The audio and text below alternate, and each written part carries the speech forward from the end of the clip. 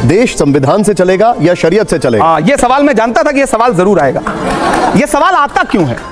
दरअसल ये खेल है जिस खेल में मीडिया खास तौर से किसी मुस्लिम राजनेता को उलझाने की कोशिश करता है। संविधान कहता है कि आपको फ्रीडम है अपनी आस्था के अनुसार धर्म चुनने का, आप जिस धर्म को मानते हैं उसका सम्मान करने का। इस्लाम धर्म कहता है जिस देश में रहते हो उससे मोहब्बत का हिस्सा है।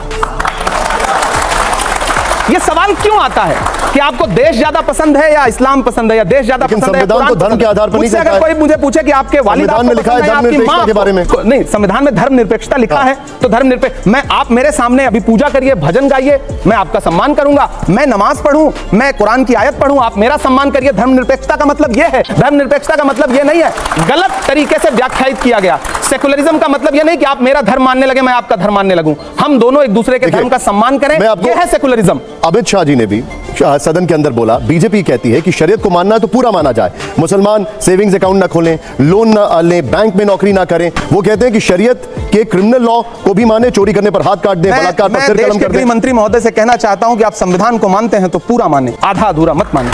देश के मुसलमानों को भी संवैधानिक तरीके से अपना नागरिक मान के प्रधानमंत्री और गृह मंत्री कैसे? सवाल के जवाब में सवाल दे क्यों नहीं करूंगा सवाल के जवाब में? लेकिन अगर ये फैक्ट है तो इसके बारे में क्या कहेंगे? मेरा सवाल है कि क्या देश का प्रधानमंत्री एक धर्म का होता है या सबका होता है? देश का गृह मंत्री एक धर्म का होता है या सबका होता है? राज्य का मुख्यमंत्री एक धर्म का होता है या सबका होता है? आपको प्रधानमंत्री जी, गृह मंत्री जी, कुछ राज्यों के मुख्यमंत्री सब धर्मों के लगते हैं, सब धर्मों के लिए समानता की बात करते हैं। मेरा सवाल है, करते हैं? देखिए ये बात वो एक मिनट इमरान साहब कभी उनसे पलट के पूछते हैं आप, गृह मंत्री जी से पूछते हैं कि जब आप खड़े होकर के आपका एक मुख्यमंत्री असम का जिस तरह की, लेकिन वो ये भी पूछते हैं कि पर्सनल लॉ सिर्फ मुसलमानों का क्यों? नहीं, हम कह रहे हैं वो उन्हीं, हिंदू कोड बिल नहीं है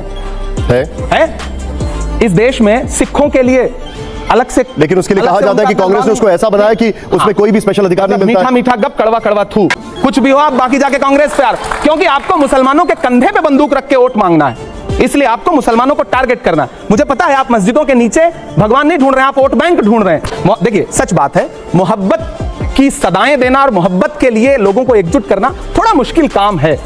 नफरत के लिए आप किसी चौराहे पे खड़े हो जाइए, किसी भी धर्म के हों, आप अपने धर्म का नारा लगाना शुरू कर दीजिए, आएं बाएं बकने लगिए, 100 लोग खड़े हो जाएंगे, 1000 लोग खड़े हो जाएंगे, और आप खड़े होकर के मोहब्बत की बात करना शुरू करिए, लोग कहेंगे पागल है क्या यार ये। अच्छा इमरान साहब, इस दौर में मोहब्बत की बात कर रहा है, नादान हो, इस दौर में क्या ढूंढ रहे हो तुम? जहर की शीशी में दवा ढूंढ रहे हो।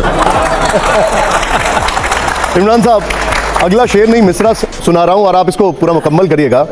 ये बताइए कि कवि का इशारा किस तरफ है जब आप लिखते हैं कि गोबर को कोहिनूर बताने में रह गए? मैं संबित पात्रा की तरफ मेरा इशारा